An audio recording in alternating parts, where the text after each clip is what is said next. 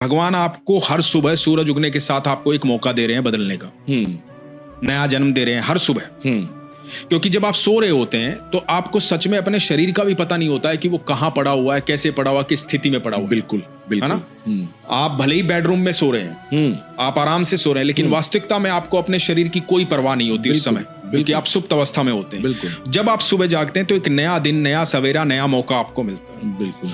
और वो जो बात मैंने पहले कही थी कि हर व्यक्ति के जीवन में एक व्यक्ति ऐसा आता है जो उसको सही मार्ग पर ले जाने की कोशिश करता है। उसे यदि वो समझ ले तो जीवन उसका सुधर सकता है। बिल्कुल। तो भगवान बार बार रोज सुबह आपको मौका देते हैं कि आप कैसे अपने कर्मों के प्रारब्ध से, जो आपने पिछले जन्म में किए हैं, उससे कैसे बच सकते हो, कैसे इस मनुष्य योनि में रहते हुए ईश्वर को प्राप्त कर सकते हो। यदि आप प्राप्त नहीं करोगे, आपकी बुद्धि आप प्रयोग में नहीं लाओगे, आप इस बात को नहीं समझोगे, तो होगा क्या?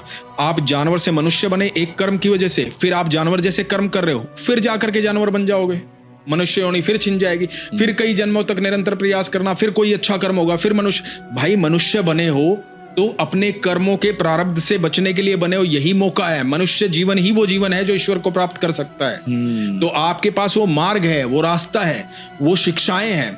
आपके पास मौका है कि आप दोबारा से जानवर ना बने, कहीं गलियों में पड़े हुए दिखाई ना दें, कहीं जंगलों में भटकते हुए दिखाई ना दें, किसी दूसरे पर आश्रित ना रहें, किसी दूसरे जानवर को मारने के लिए तैयार ना रहें। आप समझ रहे हैं? आप एक बार उनका जीवन देखिएगा, जीवन कैसा है। यदि आप वो जीवन दोबारा जीना चाहते हैं तो मनुष्य योनि में होते हुए आप कीजिए ऐसे कर्म, आप दोबारा से जानवर बनेंगे, फिर भोगिए उसे।